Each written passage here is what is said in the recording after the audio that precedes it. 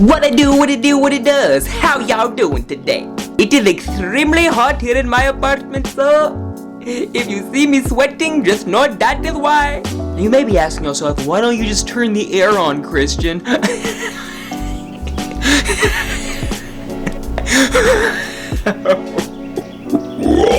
don't want to pay for it. But if there's anyone out there who wants to sponsor an overheated light-skinned child in Pennsylvania, the link's in the description. So for the story today, we will be continuing talking about Solomon. Now, people came from all over to hear Solomon speak. He was kind of like an OG Billy Graham. Solomon was the wisest man who ever lived. Albert Einstein, kaput. Stephen Hawking, kaput. Anybody who wears glasses, kaput. Solomon had asked God to give him wisdom, and that he did. So the people always wanted to hear his wise teaching. And people came to Solomon when they needed help with a problem, because Solomon gave good advice. It's kind of like how you run to your mama or your daddy for advice. But they probably just Google it. Solomon didn't have to Google, because he was Google. One day, 2 women came to Solomon because they knew that he gave good advice. And these 2 women had a serious problem. These women lived together. Classic sorority girls. And each woman had a new baby.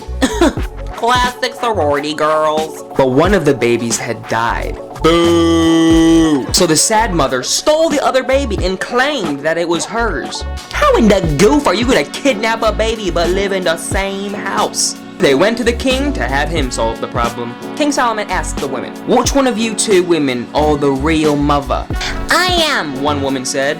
No, I am, said the other woman. King Solomon said, since you both claim to be the baby mama, there's only one thing to do. Bring me a sword. Cut the baby in 2, and each of you shall have half. Solomon says that, and he's a genius. I say that, and I'm a danger to those around me. One woman cried, no, please don't cut him in half. Let her have him. And the other woman said, go right ahead, cut him in 2. This was the moment where King Solomon knew who was the real baby mama. The real mama was the one who wanted the baby to live. So King Solomon said, give the child to her.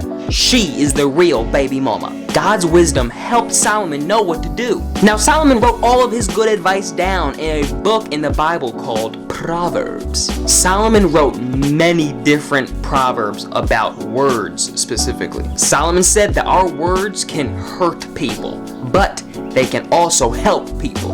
Be careful what you say. Use your words to help others. Just like my mama used to tell us. She would say, if you don't have anything nice to say, become a comedian and just say it was a joke. The message of this story is that our words are a lot more powerful than we realize sometimes. Whether you are a comedian or a civilian, remember that your words can build people up or they can break people down. And helping people is so much better than hurting them. If we wholeheartedly pray that the Lord will give us wisdom in the words that we say and that they help people instead of hurting them, I truly believe that He will bless us with just that. Well, I hope that you thoroughly enjoyed the story today. And I pray that you understood the message. The message of this story is that our words are extremely powerful. And we should use our words to build each other up instead of breaking each other down and live in love like we are called to do. So I hope to see you all next week. I'm gonna do something different, y'all. I'm gonna challenge you this week to do one random act of kindness to somebody that you do not know. Maybe it's somebody in school that sits by themselves, or maybe it's somebody that you work with that separates themselves from the whole group. Show them love and do a random act of kindness. Good luck! God bless you, and I love you.